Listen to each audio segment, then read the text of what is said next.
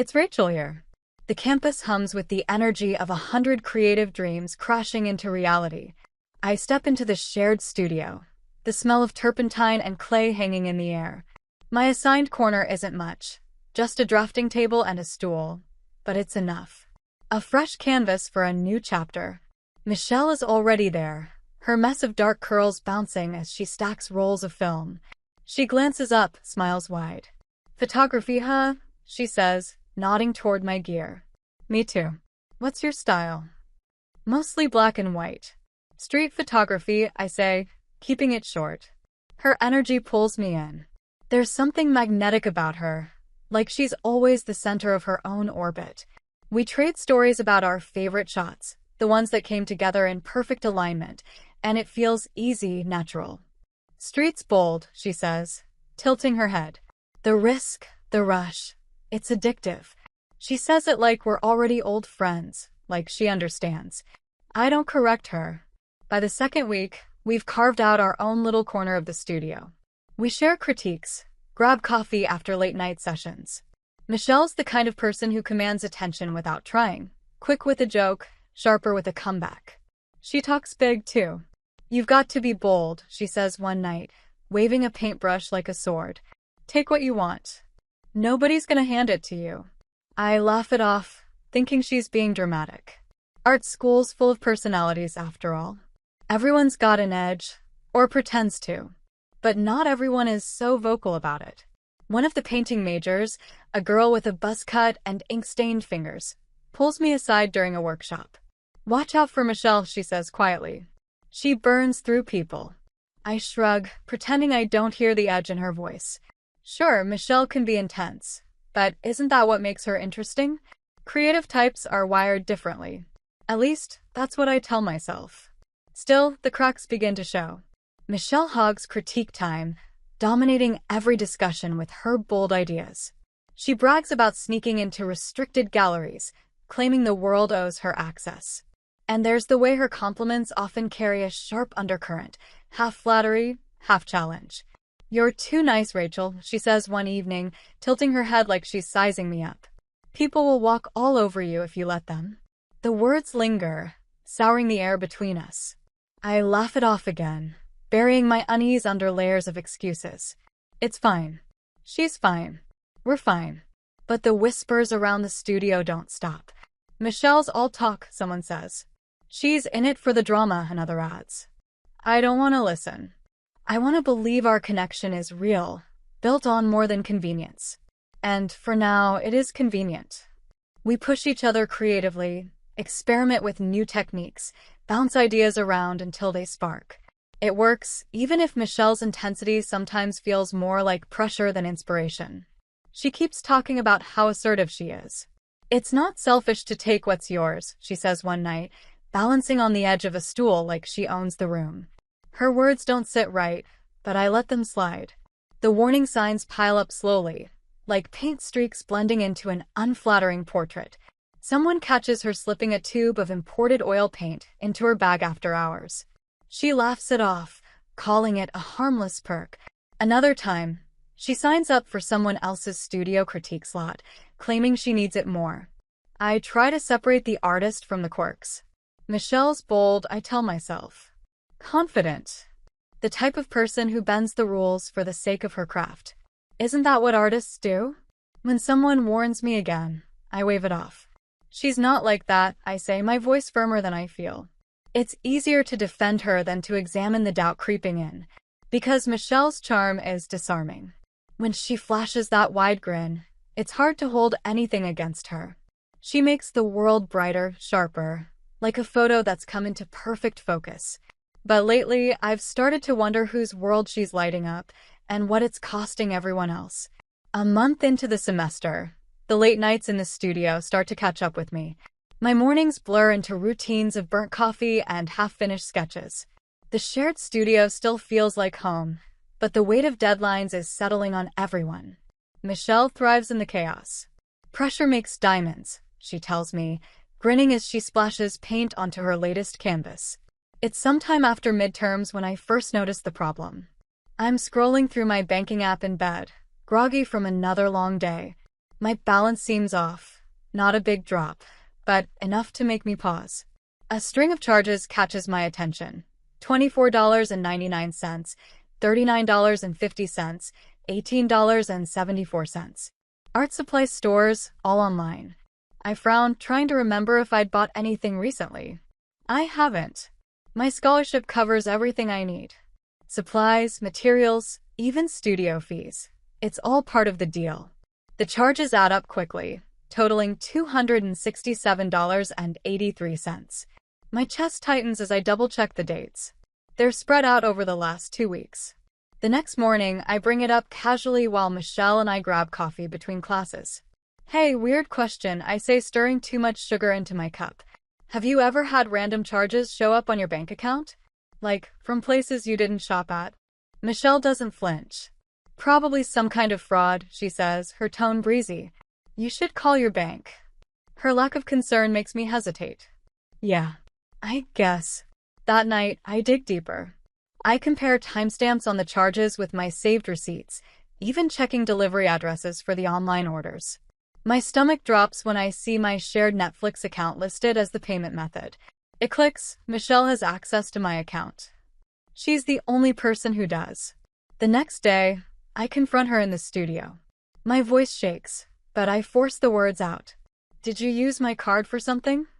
Michelle blinks at me, then laughs. What? No. Why would I? I hold up my phone, showing her the charges. These are all art supplies. And I don't use this card for anything but Netflix.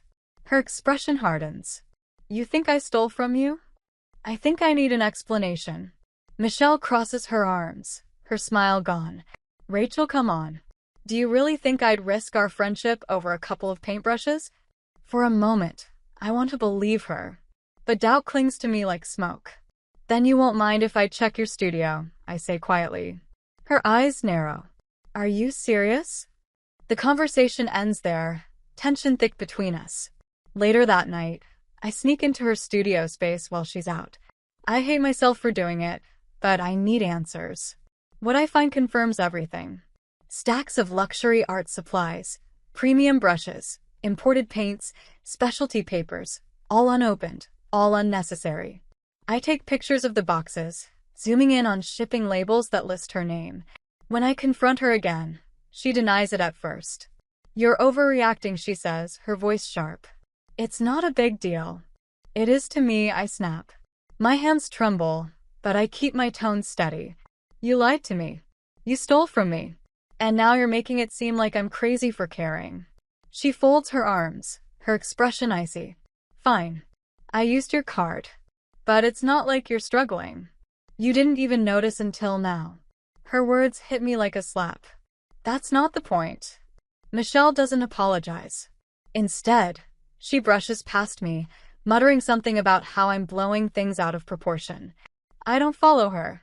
I sit down, staring at the mess she's left behind, literal and figurative. The charges might be small, but the betrayal feels massive.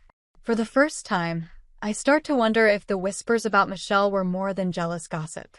A week passes. The tension between Michelle and me is like a low hum, always there, but we avoid talking about it. I focus on my projects, losing myself in the work. But I can't ignore the nagging feeling in my gut. Something's off. One evening, while we're cleaning up after a late-night shoot, Michelle finally speaks. You're still pissed about the art supplies, aren't you? I freeze. Her casual tone makes my blood run cold. Pissed? Yeah, I'm pissed. You used my card, Michelle. Without asking. Without even telling me. Michelle shrugs like it's no big deal. You've got a scholarship. Your supplies are covered. Why are you stressing? I clench my jaw, fighting to keep my voice steady. It's not about the money. It's about respect. And trust. She laughs, low and dry. Trust? Are you really going to pull that card? She tilts her head like she's studying me. Rachel, I'm not some thief. It was a mistake. Don't make it more than it is. I want to believe her. I want to. But every time I look at her, I see the same smirk, the same confidence that she can talk her way out of anything. And I can't help but wonder if this is just the beginning. The next day, the proof falls into my lap. I'm on my laptop, scrolling through an online order I made a week ago, when a notification pops up, a refund alert. I open it, expecting to see an error on my end. Instead, it's a refund for supplies I didn't order. I trace the charge back to the campus art store, a place I've visited a few times for basic materials. The refund was processed under Michelle's name. I feel the ground shift beneath me. I text her immediately. Did you return supplies to the art store? Michelle's reply is almost instant. What are you talking about? I don't wait for more. I get up, walk to the art store, and ask the manager about the refund. After a few questions, they pull up the transaction history. There it is, Michelle's name, along with a list of items I've never seen before. I feel sick. How could she think she could get away with this? Later that afternoon, I confront Michelle again. This time, there's no way she can deny it. Why? I ask, my voice flat. Why steal from a place you know we both rely on? Her face tightens. I didn't steal anything. I just borrowed it. They were going to throw it out anyway. Borrowed. The word sounds hollow in my mouth. Michelle, you took supplies you didn't need. You had no right. Her eyes narrow, and for a second, I catch a glimpse of something darker in her expression. You're being dramatic, she spits. I did what I had to do. You'd understand if you were a real artist. The insult hits harder than it should. I want to shout at her, but I hold back. I'm not going to argue with you. You've already crossed a line. Michelle's face flickers with annoyance, but then she exhales, rolling her eyes. Fine. Whatever. It's not like you're going to report me or anything. I stare at her, the words hanging between us like poison. She doesn't get it. She doesn't understand how deep this goes, how her actions have destroyed something I thought we shared. I turn away, but she stops me with one last thing. If you're so upset about it, maybe you should just leave. You're clearly not cut out for this kind of work. The words slice through me. I don't say anything, but my chest tightens as I walk out of the studio. I don't look back. The following week feels like it's happening in slow motion. I've barely spoken to Michelle since our last confrontation, but every time I pass her in the hall or see her across the studio, her presence feels like a weight pressing down on my chest. The thought of leaving feels better than the thought of staying in this tense silence. It's a Thursday afternoon when things finally explode. I'm in the studio working on a new piece for my final project when I hear the door slam open.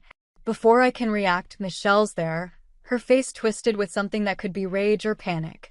I'm not sure which. You think you can just walk away from me, she snaps, her voice sharp enough to cut through the air. I drop my brush and turn toward her, my pulse spiking. What are you talking about? She steps closer, her movements quick and jerky. You think you're better than me now? Because you caught me out? You're going to just report me to the art store, to everyone. I stand up, trying to keep my voice even. I didn't want to do this. But you've left me no choice. You lied to me, Michelle. Her eyes flash with anger. No, you lied. You made me the villain in your little story. You've always been the good girl. The perfect little student. But not anymore, huh? Now you get to play the righteous one, don't you? I open my mouth to respond, but she doesn't give me the chance. I didn't steal anything. Those supplies were mine. And you're going to fix this? My stomach churns. I'm not fixing anything. I didn't do anything wrong. You did. Her eyes narrow dangerously. You don't get it. You think you can just walk away like this? Like it didn't matter? You think you're going to report me and not face the consequences? Think again. Before I can react, she lunges forward, grabbing at my arms. I stumble backward, trying to pull free, but she's faster, stronger, her grip tightening like a vice. Stop, I hiss, pushing against her. Let go of me. For a moment, I freeze, too shocked to think clearly. She's never been this aggressive, this physical. Give me the supplies back, she hisses, as if they belong to her. You don't deserve them. I finally wrench myself free, stumbling away from her, my heart hammering. My voice is tight. You're crazy. You've gone too far. Michelle stands there, breathing hard, her hands still trembling with anger. You'll regret this, she spits, stepping closer again. I back away, my mind racing. This isn't just about art supplies anymore. This is about control. And she's not going to get away with it. I grab my phone, fingers shaking as I dial the security office. The receptionist answers, and I barely get the words out before Michelle is on me again, yelling, grabbing at my wrist, trying to pull the phone from my hand. "Stop it!" I shout. "You're making this worse." She's not listening. Her face is twisted, like a mask of rage. I hear the sound of footsteps down the hall, faculty, or maybe other students, and for the first time, I think they might have heard us. I hang up, my voice low, steady. "I'm reporting this. I'm not letting you do this to me anymore." Michelle freezes. For a second, her face goes slack, as if the words hit her in a way she didn't expect. But it doesn't last. Her eyes flash with renewed fury. "You think they'll believe you? You're a joke." I stare at her. Maybe. But I'll take my chances. The confrontation ends there. She storms out, slamming the door behind her. I stand in the middle of the studio, the echo of her anger still vibrating through the room. The next few days pass in a blur of meetings, reports, and the quiet buzz of campus gossip. I've always been the type to keep my head down, to focus on my art, but now I feel like I'm the subject of everyone's curiosity. Michelle's face has become a constant shadow in my thoughts, her angry words echoing in my mind every time I walk past the art department. Security footage is reviewed, witnesses are called in, and the truth starts to unravel. Michelle's behavior, her pattern of manipulation, isn't as isolated as I once thought. Faculty members I barely know are pulling me aside, apologizing for what happened, assuring me that I've done the right thing. But the weight of it still hangs heavy on my shoulders. It's the morning of the hearing when I see her for the last time. She's standing in the hallway outside the gallery, her arms crossed tightly over her chest. There's something different about her today. She's wearing a tailored blazer, and her usual air of confidence is replaced with a tight, forced smile. She catches my eye, and for a moment, we just stare at each other, the tension palpable between us. She's not alone. Her family is with her, her parents, both in sharp suits, and an attorney, looking all too comfortable in the space. I take a deep breath and walk past them, not saying a word. I don't know why, but it feels like the only thing I can do. Inside the gallery, the hearing begins. Michelle sits across from me, her lawyer beside her, and the tension in the room is thick enough to slice. She doesn't make eye contact with me, not once. Instead, she sits back, arms folded, her gaze fixed on the floor. It's almost as if she's trying to shut me out, but I won't let her. The room goes quiet when I show the video footage, the footage of her trying to break into my studio space. It plays on the screen, loud and clear, the moment when she grabbed my wrist, when she lunged at me. The room reacts in whispers, gasps of disbelief. Michelle's face turns pale as the video plays. Her lawyer shifts in his seat, the lines on his face tightening, but he doesn't interrupt. When the footage ends, the silence is deafening.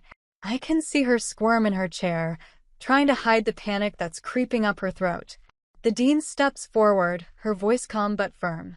Based on the evidence presented and the testimonies from multiple witnesses, including Ms. Green's own admission of unauthorized purchases, we have determined that Ms. Thompson's actions were in violation of university policy.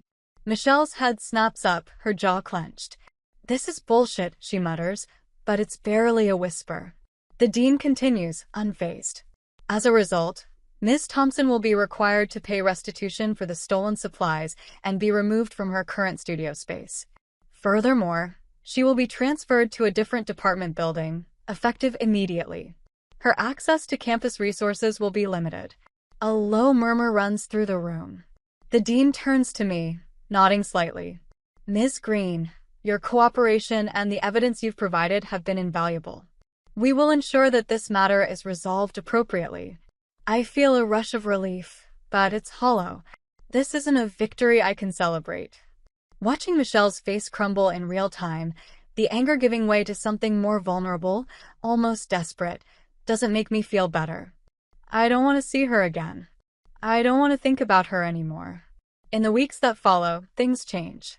Michelle is gone from the department, her reputation tarnished beyond repair. I don't hear from her, not directly, though rumors follow her like a shadow. The The space she once occupied feels empty. For me, life begins to settle into a new rhythm. I lean into my work, the quiet moments spent in the studio becoming a source of peace. Slowly, I start to build connections with the other students who had kept their distance from Michelle. Their support is genuine, no longer tainted by fear or uncertainty. I focus on my portfolio, on refining the skills I've spent years developing. The future feels uncertain, but for the first time in months, it feels like my future. Michelle's name fades from my daily thoughts, a brief chapter in a larger story. I know I'll move on, but I can't forget what happened. Not entirely. And for the first time since this began, I believe I've learned something valuable. How to set boundaries, how to protect my peace, and how to never again let anyone take what isn't theirs.